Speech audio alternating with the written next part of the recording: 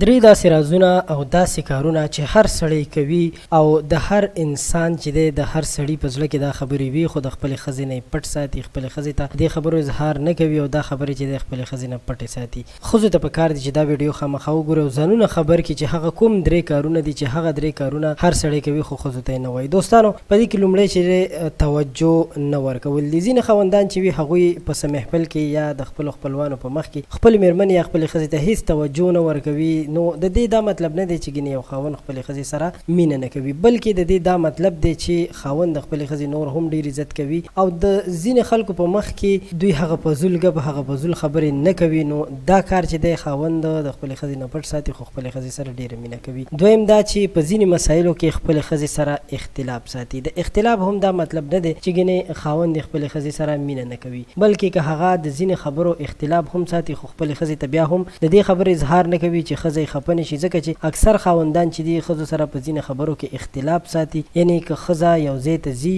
او د خپل خاوند نه پوښتنه وکړي نو د خاوند یې هغه ځای نه وي خوښ خو بیا هم ورته په نه زړه باندې اجازت ورکوي او د ښځې د زړه خیال ساتي خو په زړه کې خاوند ورسره دغه ځای ته اختلاف ساتي. دویم دا چې سریام د مینې اظهار نه کول. ځینې خاوندان چې دي هغوی سریام د مینې اظهار نه کوي، یعنې د مینې اظهار د خلکو په مخ کې یا مور پلار چې وي نو خپلې ښځې سره ډېره مینه نه کوي، د مینې خبرې نه کوي. دا هم یو قسم احترام دی او د خپل مشرانو نه د سترګو حیا هم ده. خو ځینې خلک بیا برعکس دومره بې شرمه وي چې هغوی هر وخت چې دی خپلې ښځې سره ګپې شپې لګوي. نو داسې هم نه ده پکار. د خپلو مشرانو خیال ساتل پکار دي او کوم سیکرټ ګپ شپ چې دی هغوی په خپله کمره کې لګول پکار دي. دوستانو داسې به نور معلومات هم تاسو سره شریکوو د دې چینل نه. تاسو ډېره مننه چې زموږ چینل مو سبسکرایب کړی دی او داسې ویډیوګانې تاسو ته وخت په وخت مخې ته راځي شریکېږي. در سره ډېره مننه.